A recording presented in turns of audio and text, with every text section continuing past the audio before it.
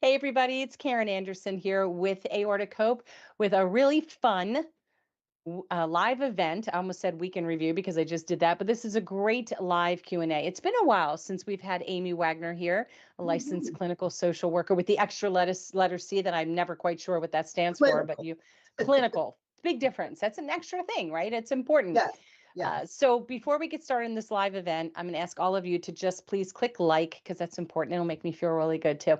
And then click subscribe, click the bell so you're notified every time we go live because we do have some more lives happening very soon and we'd love for you to be a part of that. If you'd like to leave a question, feel free to do so in the comments below. Just know it's going to live out here forever. So if you'd like to ask an anonymous question, there should be a link also below where you can do that. And we will ask all these questions for you and have them answered. So I'd like to welcome Amy Wagner with us Thank tonight. you. Yay. Hi, It's great to be back, so Karen. Thank you for nice. having me. Love having So, you. Yeah. So tell her, I always like everybody to introduce themselves. One, because I can never remember all the information, and two, who's better than you to talk about yourself. So please tell everybody a little bit okay. about yourself and where you're practicing now. Um, well, I am a licensed clinical social worker. So the C you're talking about on the end, it gave me that additional certification to do therapy. I've been doing therapy now for about 35 years. You can believe Wow. that.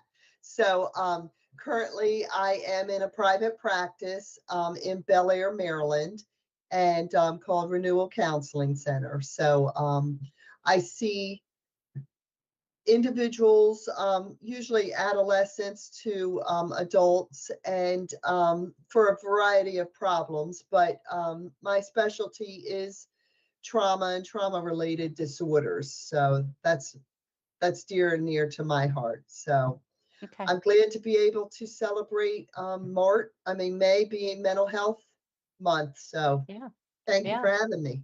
Yeah, so excited to have you here for this as well. And in full disclosure, Amy's been my therapist on and off over the last like 11 years. So, and I Yeah, know that sounds like a long time, everybody, but I'm a firm believer in every now and then you need a tune up and it's that's right. important. That's So, right. and you're It's not not my been a only therapist, consistent, and right? it's like when you go to a doctor, you go Yeah, when you need to and right. as needed and that kind of Absolutely. thing. So Yeah, I mean, I look at it like I can have a orthopedic doctor, but I can also have a chiropractor too. Two just that's different treatment correct. plans, right? So I have more Yeah. than one therapist because I like different ways of talking and working through different things. And Right. we talked about this earlier of how I succumbed and decided to find you, but we're going to go into that in the second half.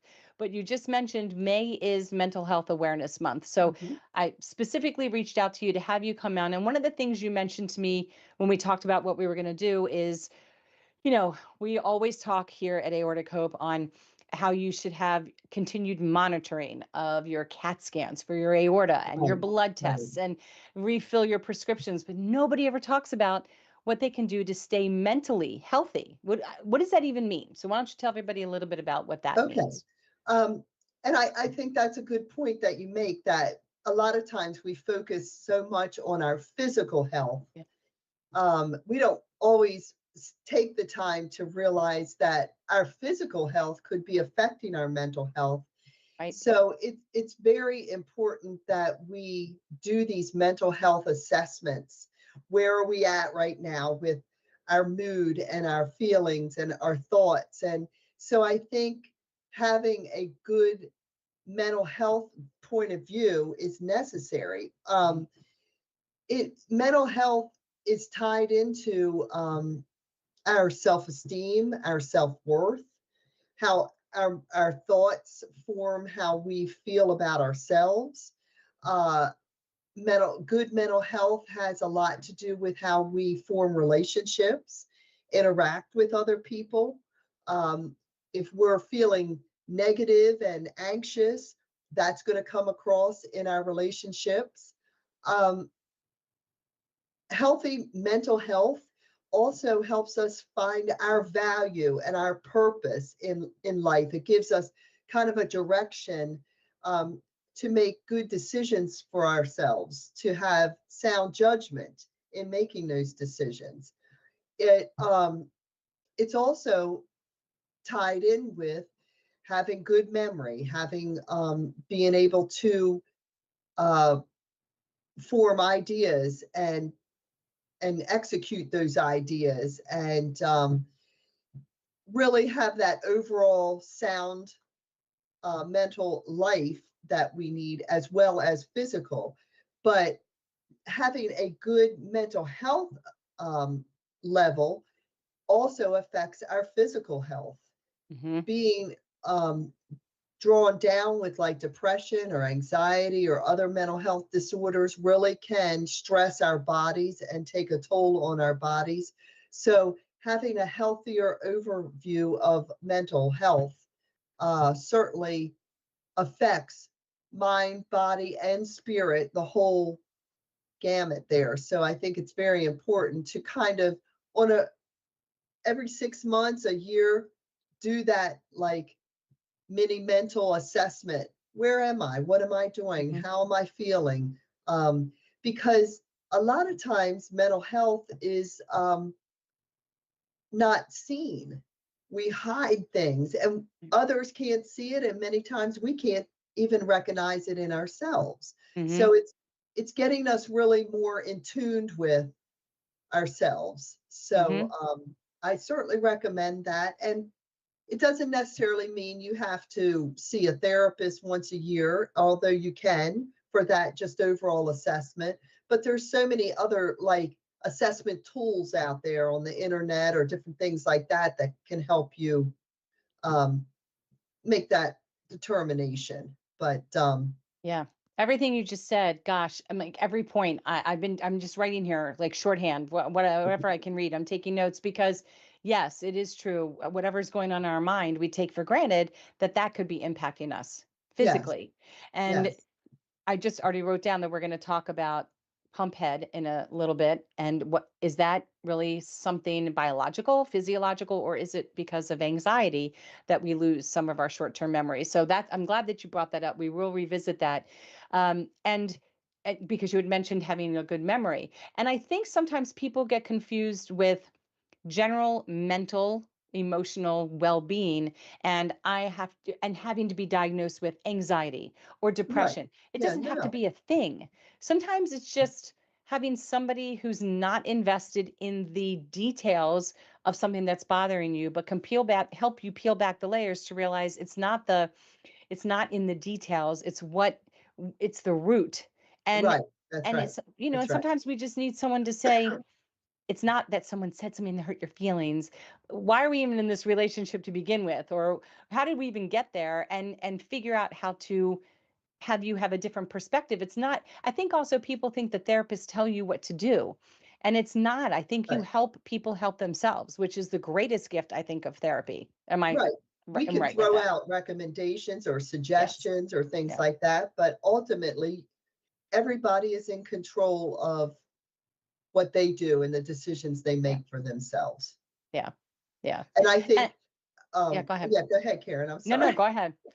I think especially when, you're looking at aortic disease or, Hmm. having gone through that, um, a lot of times you're so caught up in all that had to be done, the surgery, the recovery, and all of that, that the mental health piece, I think, gets pushed to the side until all of that other is taken care of. And now I've got to deal with how I'm feeling about my life and Mhm. scared or anxious or something else happening, so you don't think about it all the time while you're going through it.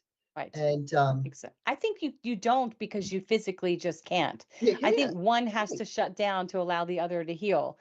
And at least for Yeah. myself, after, my mind was shut down, totally shut down after that dissection. I was too busy I don't even know what time of day it is. Am I still in the same clothes? What happened to me again? You're just being moved from place to place. I That's think right. I often used to tell you, I just felt like a ghost watching it all happen, my life happen, and just completely detached, disassociated from Well, things, it's you all know? you can do just to get through Right. the Yeah. next day until you feel like, okay, I might be in the clear a little bit, Right.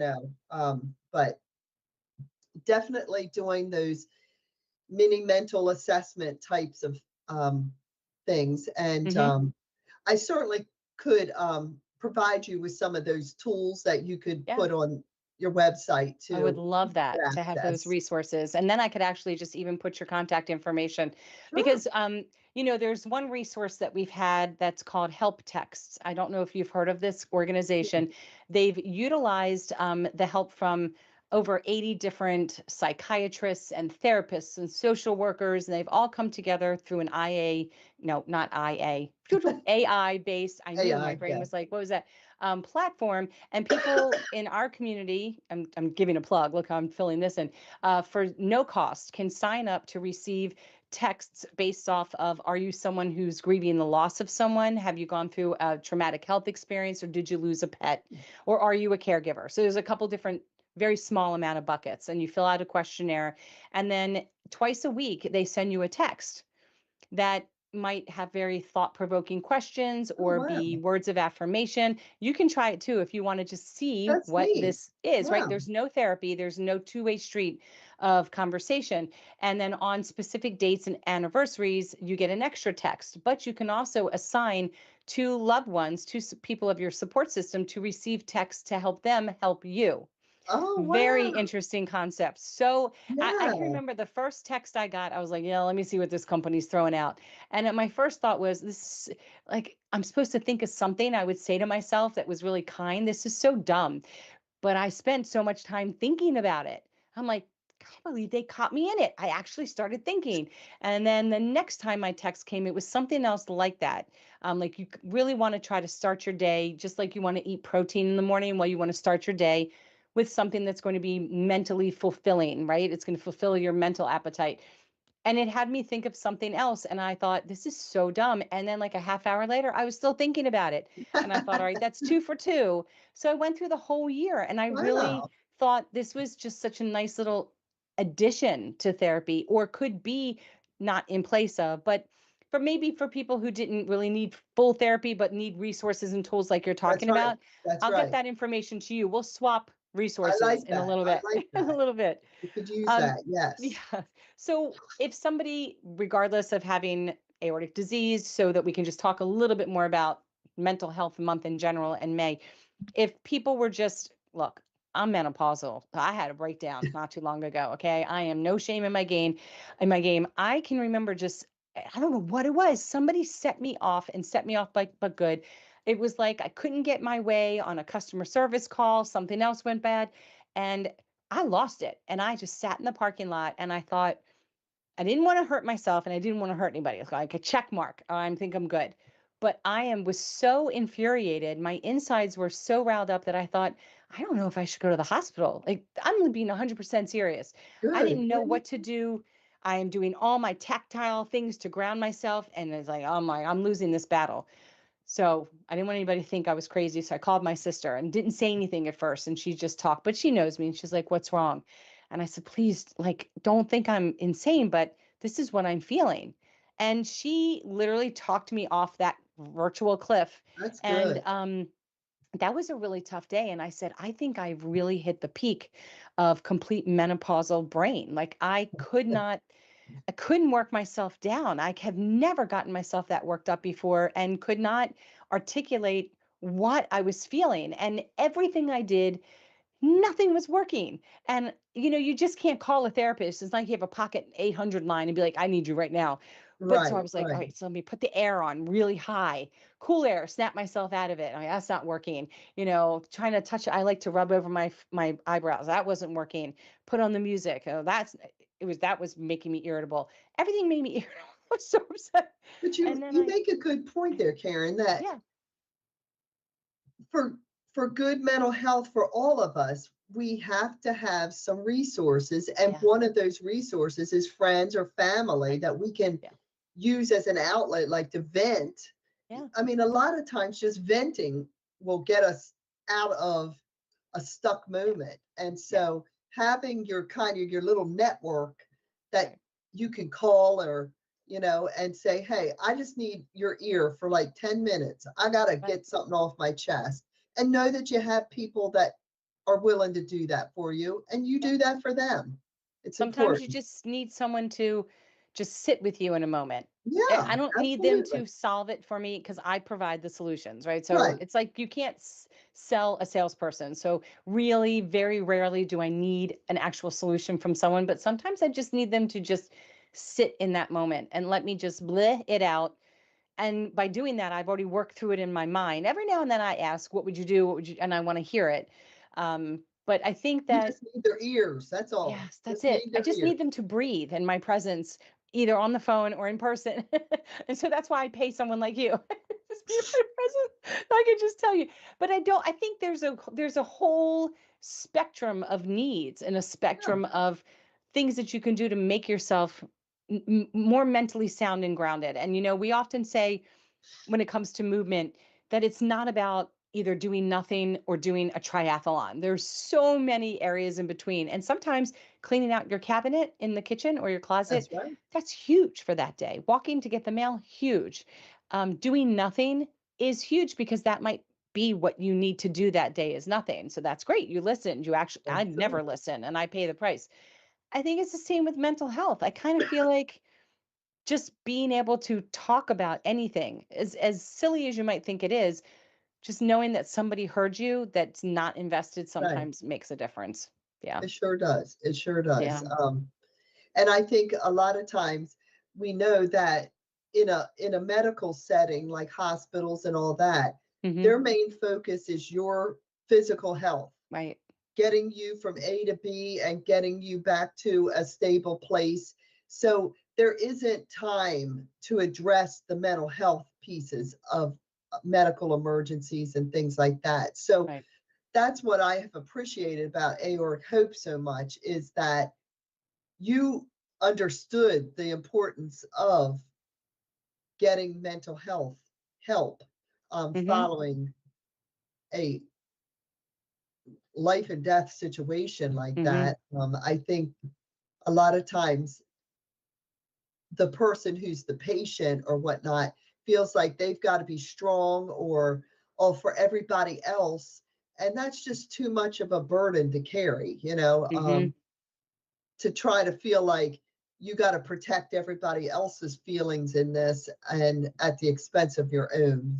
Right. It's very important to Right. have that outlet for yourself. Right. I'm taking more notes. I can't help it because it looks like we're just going to have to jump right into it. But before we jump into the part that really has to do a lot with this disease and health related trauma in general, I just want to check in and see if there's anybody out there saying hi that we need to say hi to and recognize. Let's say hi to Rob. Hey, Rob. Hi, Rob. Thanks for joining us. Yeah. Appreciate it. And everybody else is Um, being shy. oh, they're just being shy. That happens. They're They're just just listening to listening. me spill my guts, is what it is. All right, we've touched upon a little. So let's get into this regarding aortic disease. And I don't really anymore now after 10 years think that there necessarily is such a big difference between having a dissection and being diagnosed. And this is why, and I know people are going to disagree with me. Who am I to judge what someone finds very traumatic? Right? So if you're somebody who's been very, very active and now all of a sudden you find out you have this aneurysm out of nowhere that could burst at any time, could dissect at any time. And now you're being told you can't be as active as you were. Your whole life's been upended. You're not even sure if you can work. That's incredibly traumatic, just as Yeah. going about your day and boom, you've just imploded. So I feel like just getting a diagnosis isn't just getting a diagnosis. It could be huge for somebody else. And we have to really acknowledge that um, not having a dissection does not mean that you are the only, it doesn't mean you're the only people that are being traumatized. So explain what a health related trauma actually is for people. Okay. Well, basically, I'm going off the definition of trauma as trauma is the response that you have to an event that was psychologically overwhelming. I mean, to the height of your abilities to handle things. Mhm. It often results in shock. And as a result of that, it changes your mind, your body, and even how you behave after that. Yeah. So it's a it's an unwanted or unexpected event, and it calls on you to use everything that you know to deal with it. But many times we don't have the coping skills Mm-hmm. to manage that. Yeah. And so, like a medical trauma, like an aortic dissection, I mean, that's got to be the highest or up towards the top of traumatic situations. Mm-hmm. And so while there's two types of trauma, there's direct and indirect, or what we might call vicarious trauma. The direct trauma is happening to you, Mm-hmm. um, the patient, but it is also having secondary trauma effects on your loved ones or whoever else is in your circle. And a lot of times they don't realize that they may need some help as well, Right. because all the focus right then and there is on the patient. But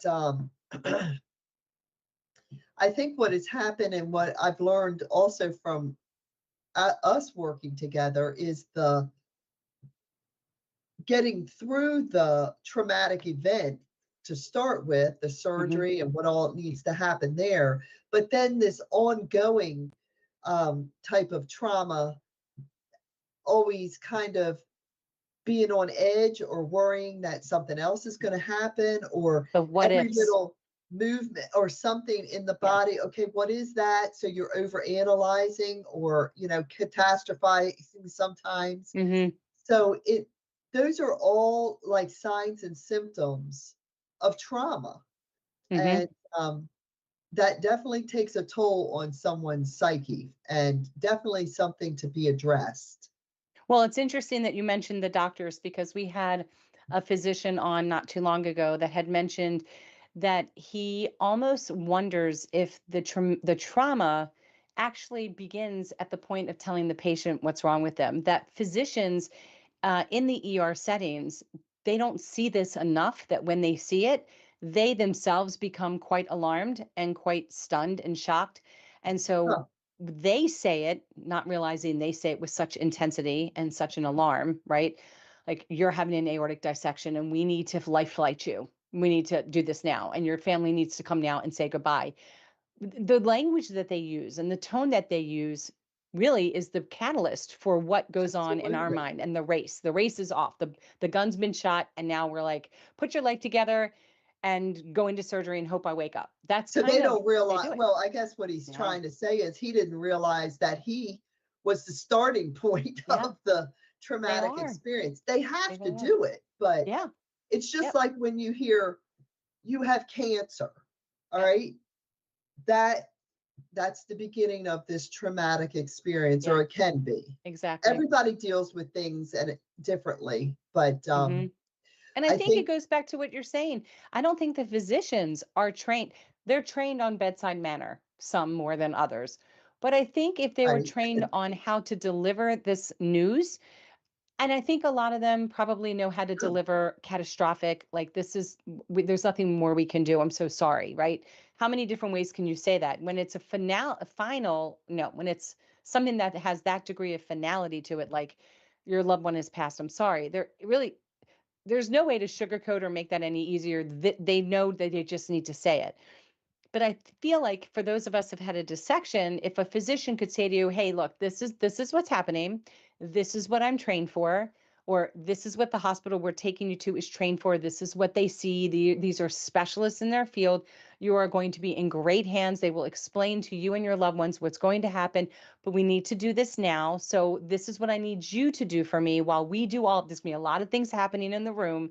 You just need to lay back that and would just be relax. We're going to move beautiful. you from A to Z, right?" I might have been like, "I don't know what's happening, but I Right, know you won't let me go to the bathroom. I have to use a bedpan. It must be serious." But I don't think I would have been nearly as stressed, right? right. Um, and I think even afterwards, when you see physicians and you tell them you've had this, I guarantee you the people out there would agree with me. So many of them are like, "You had what? And you're still here? Congratulations." And it just replays the whole narrative until you eventually get through it and you're like, "Yeah, yeah, yeah, I know. I'm a miracle." Because you realize when you learn you're not really a miracle. Yeah, you just ended up with really good doctors, right? Unless you're faith-based, and I respect all that. But this wasn't like at perfect timing, a perfect storm, they assigned me to this doctor. He knew what he was doing, and he did what he needed to do. He did his job for the night. It was a couple There might million be some dollar job. miraculous stuff in there too. Yeah, I think there may be too. Sure, there Right probably time, is. right place type thing. But Yes. I think I can't Yeah. agree more, that they're just not geared that way. Yeah. And when it's a life or death situation, they don't have a whole lot of time to hold your Right. hand and walk you through it. They Sure. got to get, an emergency helicopter coming and getting you Mm-hmm. and taking you to, so I think they do the best they can, but I think that if they're made aware, they could begin to practice some other ways of Yeah. presenting that. Because then they go out to the family Mm-hmm. and say, this is what is happening. There's no Right. guarantee they're going to make it through. So I would Right. suggest you say goodbye to them now. Well, what kind, that is like It's that you can't grasp it. So you no. can understand how Right. everybody in this scenario Yeah. gets a little bit of the trauma. Right. And I think for the people who are diagnosed with something, and if it's early enough, I think that they do themselves sometimes a disservice by Googling Ah, instead of they need to we implemented this initiative called How to Ace Your Healthcare Journey by advocating, communicating, and educating. And I think if we can get people to understand that concept more and they find out they have something, they might be able to come better armed for that clinical visit, asking actual important questions where they can learn that the size is it's really not a big deal. We're going to watch it. It's going to be okay. Where they have to trust and hear it because they get this diagnosis and they go back and Google it and they think they can explode in a second. And while that might have some truth in that, you're talking statistically, it's so rare. And so I try to reply to people online with as much empathy as I can, saying, yay, you know you have this. Now you get to be watched and go live your life and just follow the right, doctor's orders. right. I didn't get that luxury. I'm playing catch up to you, right? So I think it's a lack of education and awareness beginning with physicians at the point of moment of whether it's diagnosis or we've got to go into surgery. Right, right. But Um, when somebody's had this, whether it's a traumatic diagnosis or they've had a traumatic instantaneous surgery, when they've had this and they come out of it, how do we even know if we've been impacted mentally? Like, I sat for a year in distress. I had no clue. I didn't know that nightmares were wrong. I didn't dreaming about drowning. I didn't know that I was hearing things. I mean, I would hear things and then people would say, "No, there's no heart machine that's not in this room." Or I would smell alcohol and I'd be like, "Who used Windex?" And then my family would say, "Nobody, there's nothing. We don't smell it." I didn't know. It took so long. So how would somebody even know they've been impacted adversely mentally from something they've gone through? well, the first main clue is if you constantly are having like flashbacks, what I call flashbacks, like um, memories of Hmm. the event, and they just keep replaying and replaying in your mind, and you can't seem to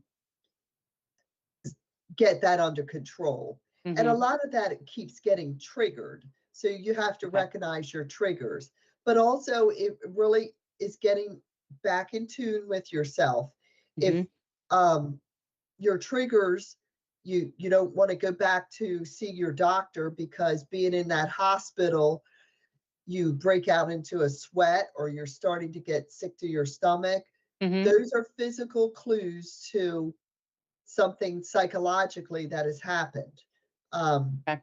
I know for like you had the whole fear of the needles or like Alcohol. the Alcohol alcohol swabs. swabs and that kind of Yeah. thing and Yeah. all of that. Those were triggers and you didn't Hmm. realize Yeah. until we went through all of that with trauma treatment and identified all of Hmm. those.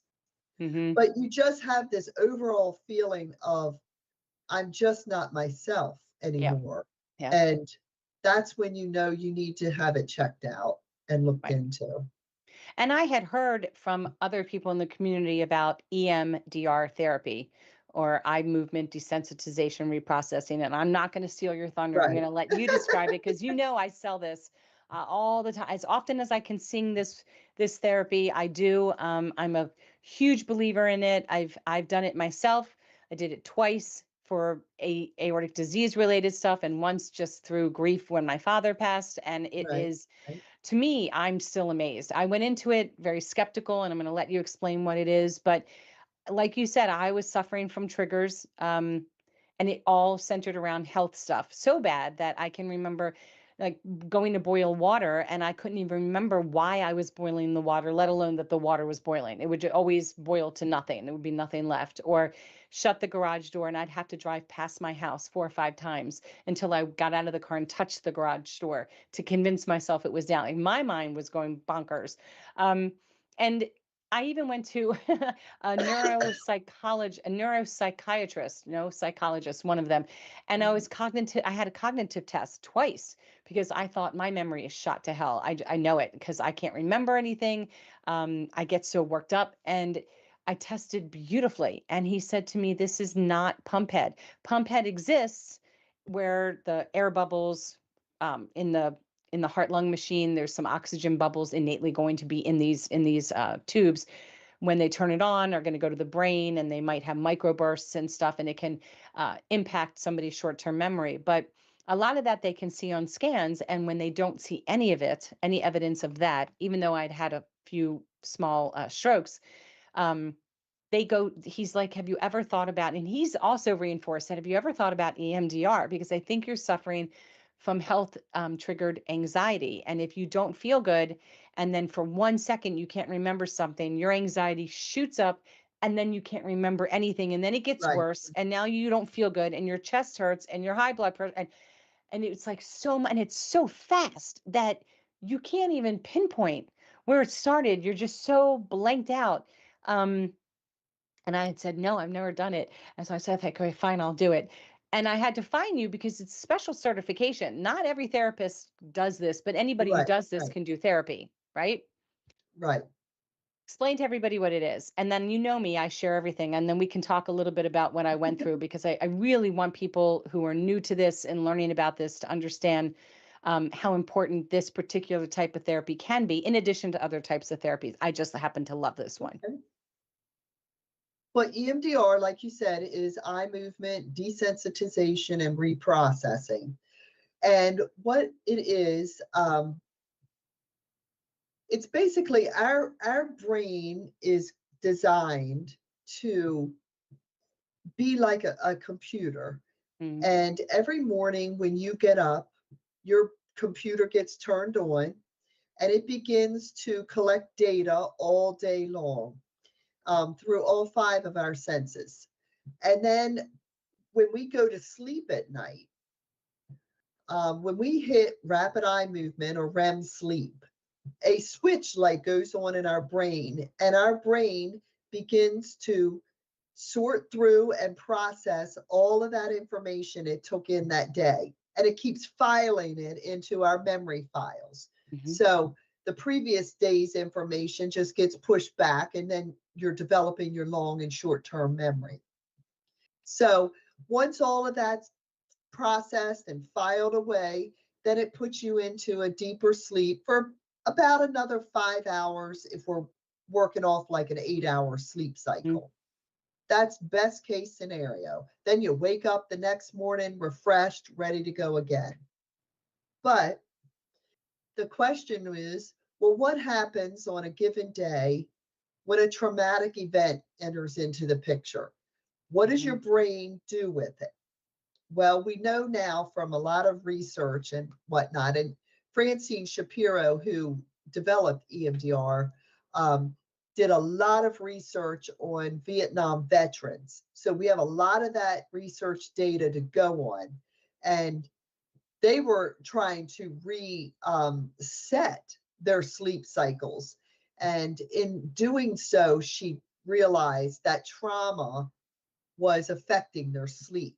So usually that's your number one clue that there's a problem, because your sleep is interrupted. Either you have trouble falling asleep, or you can't stay asleep. So you wake up a couple times a night. And if you wake up, you break the cycle. So unless you complete it, you don't get restful sleep. So EMDR duplicates at an awake state what normally occurs at a sleep state.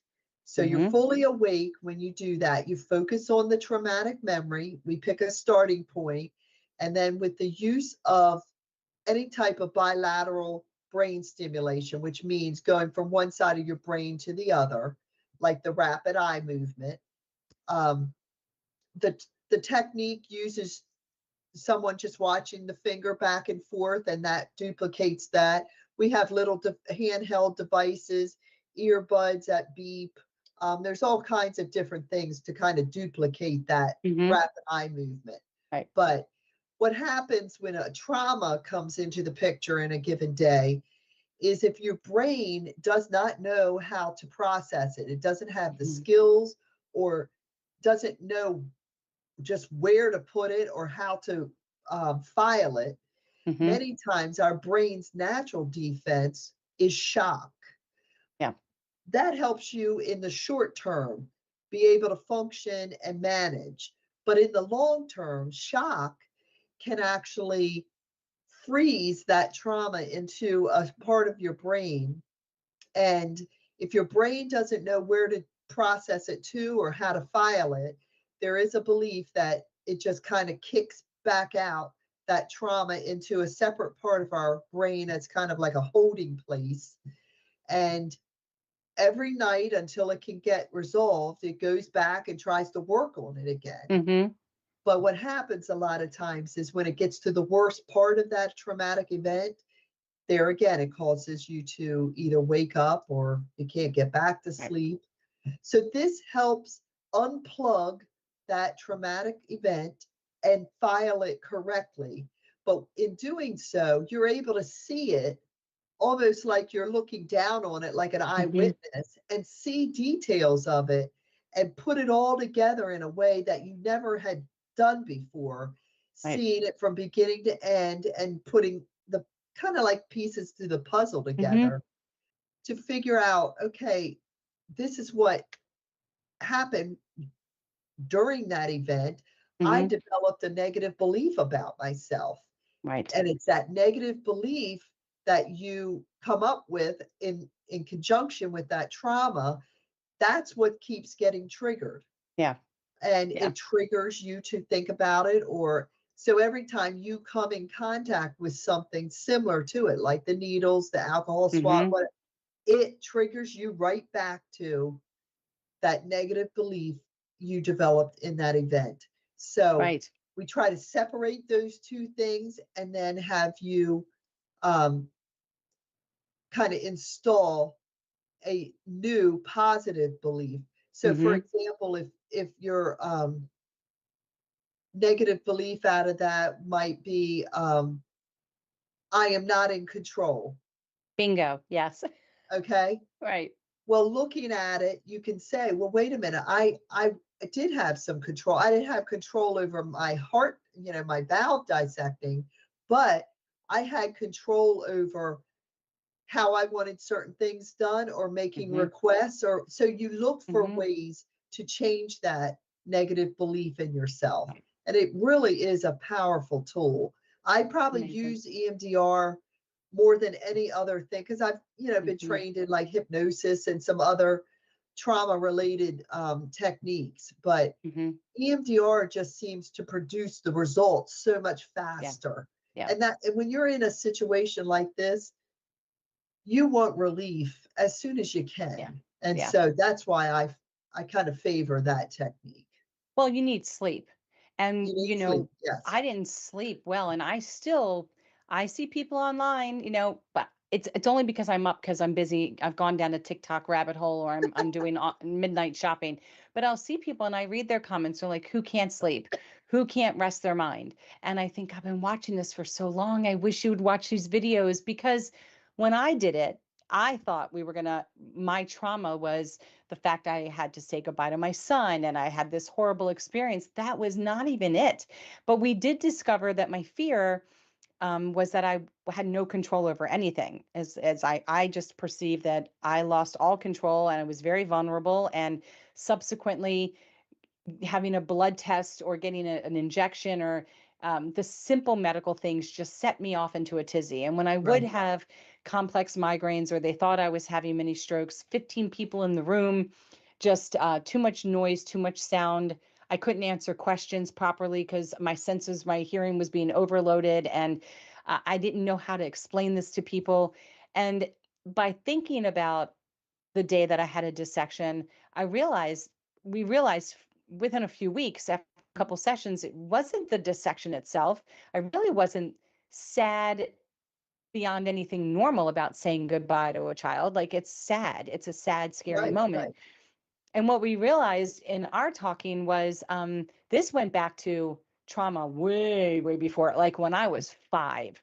When I Right. think we discussed when I slid across a room, my mom said, "Stop running." And my socks just took me further. And I face planted into a slate table, sliced open my eye, and had to have that first shot of numbing medication where they tie you down because you're 4.5 or 5 years old. Right. And That's right. that stuck with me, and I never even thought about it.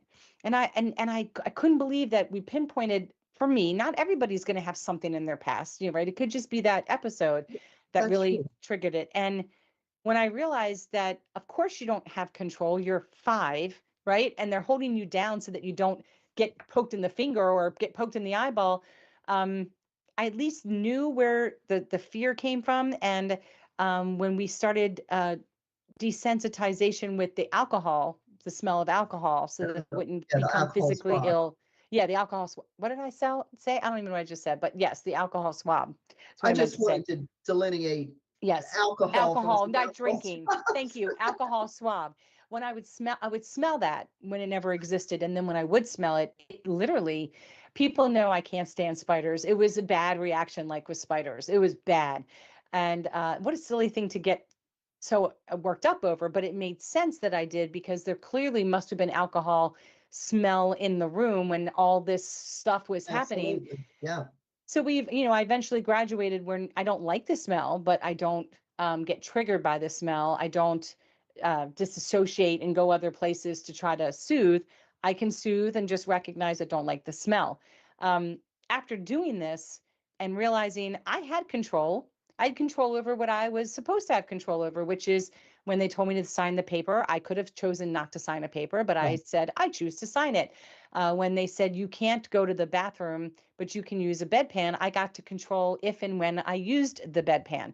So you do have to almost flip the script. It's playing a game, Yeah, but it's reframe true. that. Right. Yeah. And when I realized I do have control moving forward, I get to pick physicians that work for me, right? And I get to Yeah. decide. I will get to make choices moving forward. I'm in a lot more control than I ever realized. Um, the triggers just stopped, and I still see helicopters that are, life flighting people. And I created an OCD ritual of having to follow them in the sky. I don't do it anymore. I know that I used to do it because I remember that when I see them, and I use my 5 senses, which we're going to talk in a minute about grounding, and I divert my attention. But doing that exercise for those weeks was so enlightening to me, because once I realized that this really started so long ago when I was a child, well, then you realize there's nothing to really, what can I be freaked out about when I was a kid? Like, what? Can't do that. And in full And that's disclosure, how yep, EMDR, if there's something along a similar theme, yeah. it's gonna identify it. So if And there's something in the past, it's gonna come exactly. up. Mhm. And it's not hypnosis. Mm-mm. A matter of fact, the first couple times we did it, I actually, um, had some legit, but did also make up some excuses why I couldn't come back, because I would cry a lot and then I would have headaches and I did have difficulty sleeping. And I was like, I'm not doing this. This is very Mr. Miyagi weird stuff. But once I finally said, fine, I'm just going to do it, I can remember every now and then opening one eye to see what you're doing while my eyes are closed, because I thought that was weird. But at the moments that I would get really fearful or overly sad, I would open my eyes and realize I'm just in a room with birds eating out of a bird feeder out of your window, and I'm safe and I'm not in a doctor's office. And so this is just a story. It was just a moment. It was an event in my life. I've had a very long life so far. I hope to have a lot more years left to go. And Yeah. it's just a moment. And these things happen to people, and I've had many things happen to me, and this was just another moment. And I would have never realized any of that if I wouldn't have had this particular therapy. That's how successful it was to me. So much so that I went back for a tune up. when I started having some potential other health issues, and I started finding myself becoming very anxious. And then the third time, in full disclosure, was when my father passed. And my memories became very clouded with events that my mother experienced that I put visual, auditory, I smelled things, but I wasn't even at the scene where he passed. I was on the phone, and I became very distraught over a memory that wasn't even my own. And it was just Right. so very, very bizarre what my brain did to get me through that. And once we talked about it, I realized my memory is not what my mother thankfully experienced witnessing my Right. dad die. But my memory is my memory. And just because it's not as intense as hers doesn't make it less sad for That's correct. me. That's correct. It was a Yes. valid thought, Yes. and it's a complete thought. And I never heard anything beyond what I heard on the phone. I never smelled anything. I didn't witness anything. My imagination became so vivid, but it wasn't real. It was just imagination. And it was a moment in time. As tragic as it was, this was the story of my father's death, but that's not the story of my father. Like, that was a moment in time. My father has 77 years of stories. This was just the last moment. And it is tragic, but we don't get to control that. And it all went back to triggering my need for control. And so when we did this and I came out of it, it was very quick. I mean, we only maybe Yeah. did 2 or 3 sessions, and I was like, I really at first was shamefully feeling okay, but then realizing it is okay. It is okay. This is what grief is. Now I can grieve and I can allow it to happen instead of it catching me off guard. And I think for people with aortic disease, we go through grief. I know that we do. Oh, Um, absolutely. And so how do what does grief look like for somebody that is alive when we're Oh, grieving our lives? Like, I what can that look I like? have to pause you before you jump into Oh, this next question. sure. We have an anonymous question that's in the same Okay. line with EMDR. Okay. okay. An anonymous user posted this. Many survivors have no memory of parts of their dissection event. I lost everything from the time I was taken into the ER until I woke up the next day after surgery. I was totally awake during that period, talking to doctors, family, etc., but I remember nothing. Your comment about the brain filing away trauma differently. Is this blackout my brain protecting me? Will I ever remember? Should I? By the way, I did EMDR and it seemed to help control my triggers, though 3 years later I still have triggers that make me relive some of the things I do not remember. Okay. Wow. That's a wonderful question. Yeah, it's a good one. Number one, your brain, when doing EMDR, processes what hasn't already been processed. So some of you not remembering some of the information, it may have already been processed and it wasn't as a significant compared to other pieces. But also our brain, in order to protect itself, it can block out things. I think a lot of times it can be temporary, but I feel like our brain remembers everything on the unconscious level. It's whether it wants to come through consciously. So I wouldn't get upset if you can't remember every detail of that. That is just the way it's supposed to be, I feel, at this point, for your sake. Um, it might be 10 years from now, something may happen in your life and you get a trigger flashback of another piece of that experience. But I think that if you're still struggling with having some information come up or triggers or whatever, then go back for that tune up again that Karen was talking about and get that addressed. If your brain is ready, it will bring that forward. I think of a lot of it like, say, children who were sexually abused at a very young age. Mm-hmm. They did not have any of the coping skills, or they weren't even developmentally at a place to be able to fathom or process what they had dealt with. So they shoved it away. We call it repression. And it isn't until like 30 years later That's why we hear of these cases, that they were abused so long ago, but now at age 30, 32, they're starting to remember. But that's how long it took their brain to get to a place where it felt safe enough to start letting this out. So will you ever remember it? Maybe not, but I don't know that you need to then.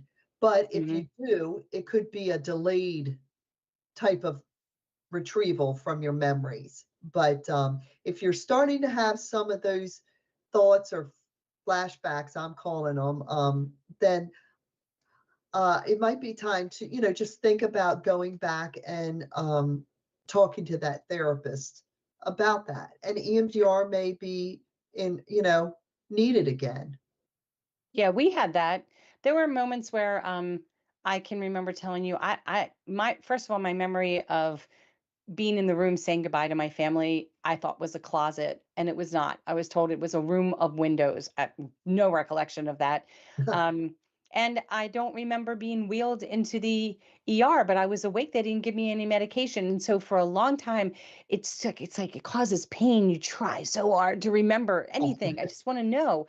And it wasn't too long ago, the other day, a song came on the radio, and it was the strangest thing. I all of a sudden have this vision of hearing the music playing in an OR and people clanging, getting lots of stuff together. There was a lot of movement.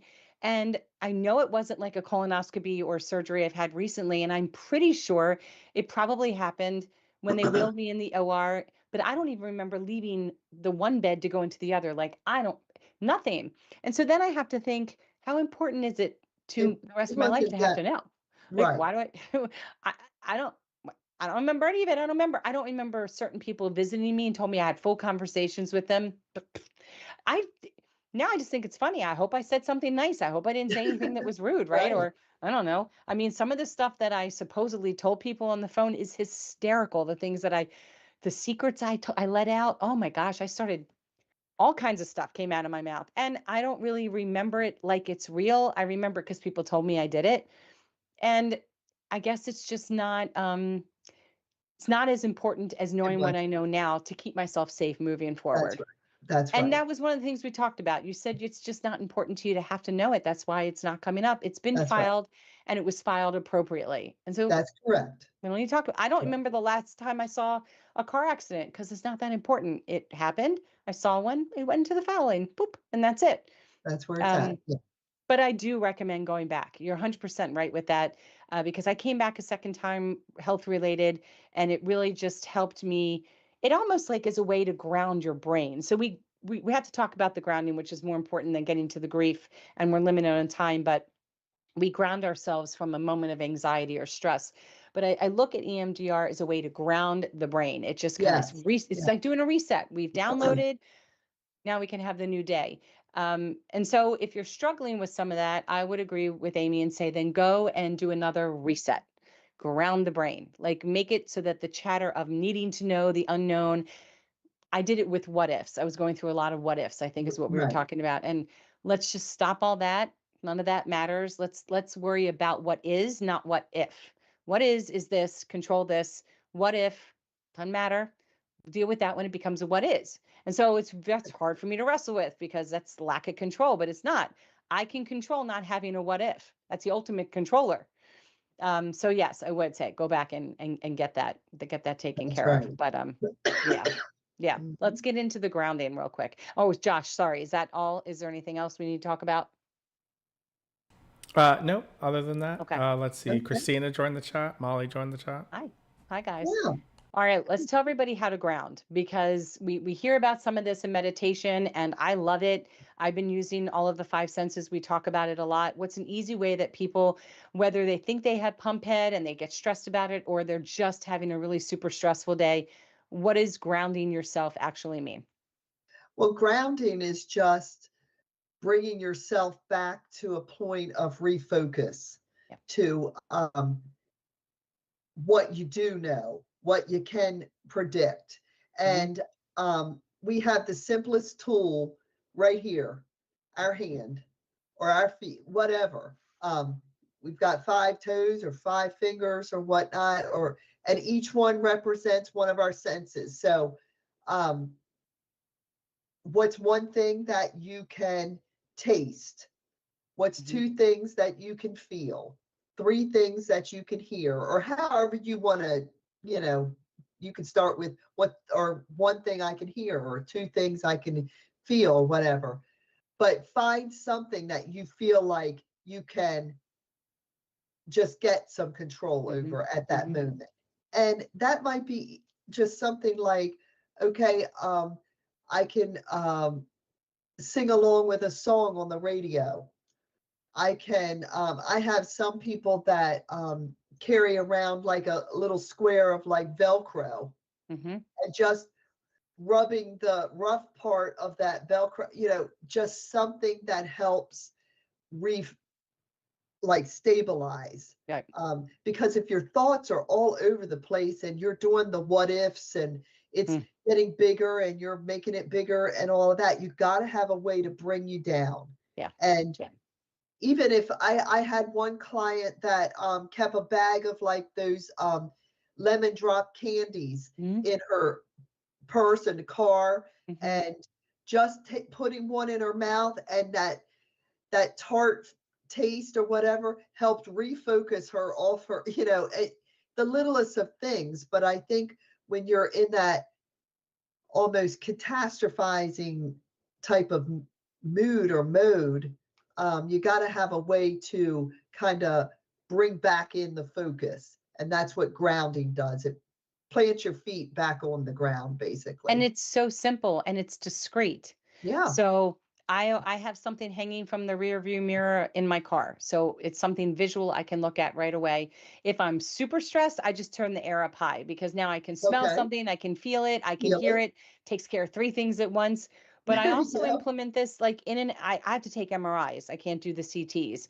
I wish I could do CTs, 5-minute test, right? Pretty open, not as closed off as an MRI. But sometimes people have to do these tests, they want to be medicated, they want to be knocked out. But I do think that if you try to figure out what grounding works for you, early on, after this happened, I'd be so scared. I used to make them pile on towels down the center of my chest because I was convinced the wires were going to unfurl and just start poking out of my skin. But they did what I asked, so it was fine. But I would count. I started off counting like 2, 4, 6, 8, 10, 12. I would constantly count and tap my fingers. And then I went to 1, 2, 3, 4, 4, 3, 2, 1, 1, 2, 3, 4, 4, 3, 2, 1.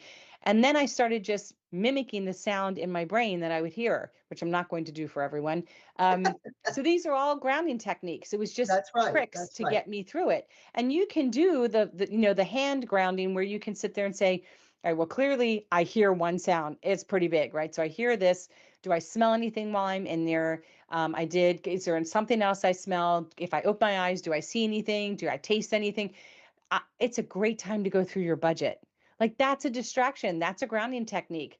When I can't sleep at night, and believe it or not, I don't use Xanax anymore. And I'm proud to say I used to take 1 full milligram a night, every night for 2 years straight, starting in 2012. In 2014, I started weaning and I eventually got myself down to about 3 times or twice a week. When the dissection happened, I went up, and now not at all. Because now when I go to sleep, if I'm not in TikTok like hell, I'll just think about decorating, or I'll go through my budget. I start counting how many trips I have, where I'm flying to, how many hours it takes. And by the time I'm done, I fall asleep. I bored myself, totally distract myself. And I'll say, in the theme of acing your healthcare journey, if you are triggered by needles, if you are triggered by simple things like that, you just need to speak up. You have to tell somebody. And I tell them all the time, I'm like, I want someone to draw my blood who deals with big, huge babies like me and has little teeny needles. I'm like, because my veins are tiny and I'm scared. And then they don't really want to have a conversation. But then I say, listen, it's amazing. They cracked my chest open, but you show me a needle and I am no good. And I'm serious. I have a little PTSD. So I talk a lot. That's one of the ways I control myself. For yourself. Yeah.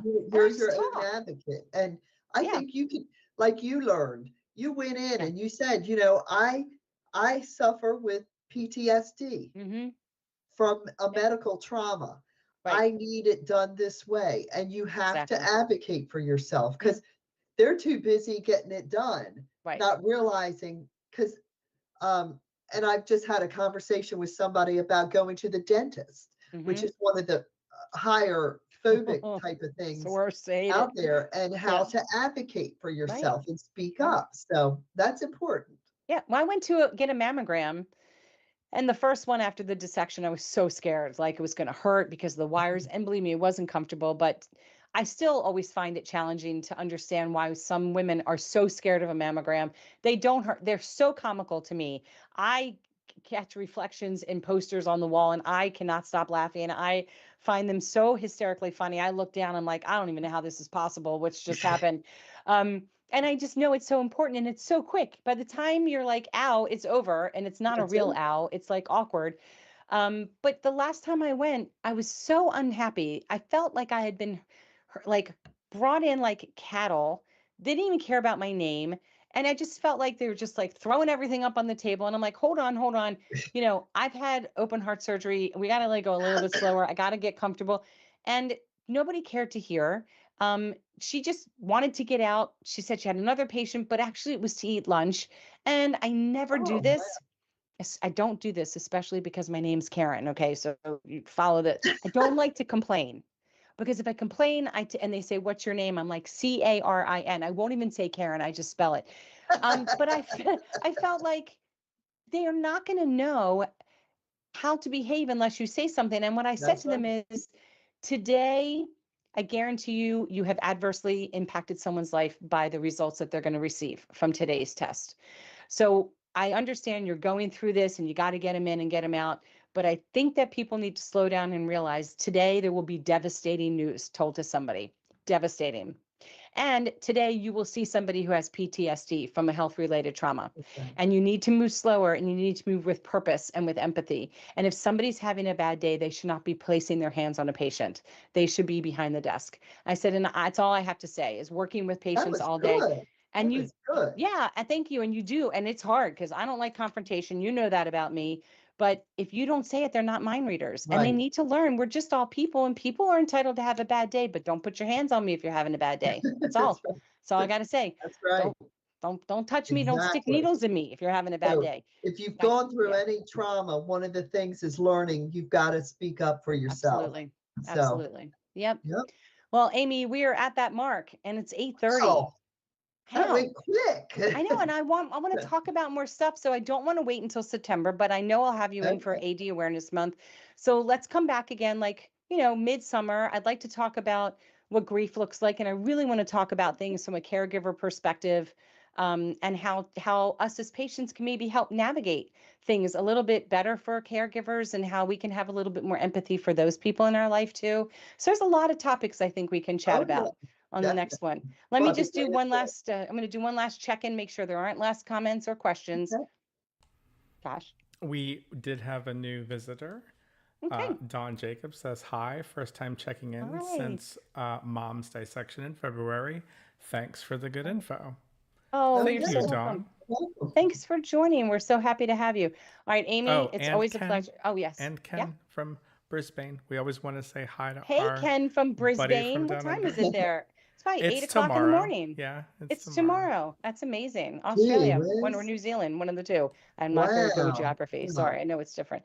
All right, well, this was wonderful. Thank you again so much. Thank I share links to these videos to people I see all the time on the pages, just so they feel a little bit more comfortable. Where can people go to learn more about EMDR?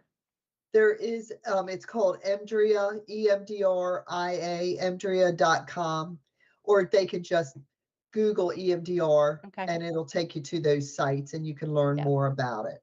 It's And very there's fascinating. also a link a lot of times to EMDR therapists in your area. So Wonderful. And this is typically covered by insurance, right? Because it's scientifically yeah, proven therapy. That's what they were doing I on just make it military. part of the therapy session. So Right, yeah, right. it's mhm. Wonderful. All right. Everybody, thank you again for joining. Thank you for your Thanks questions. for Yeah. having me. Don't forget to click like, click subscribe, click that bell because we have other live events coming up soon you want to be a part of. And please share, because even if somebody doesn't have aortic disease, they're absolutely going to find this fascinating. And I hope that all of you consider it. If you're struggling, consider some type of therapy, because we gotta fix our brains and pay attention to it as much as we pay attention to our bodies, right? That's right. Right. Thank you, Amy. Thanks Thank again. you. All right, everybody, have a good night.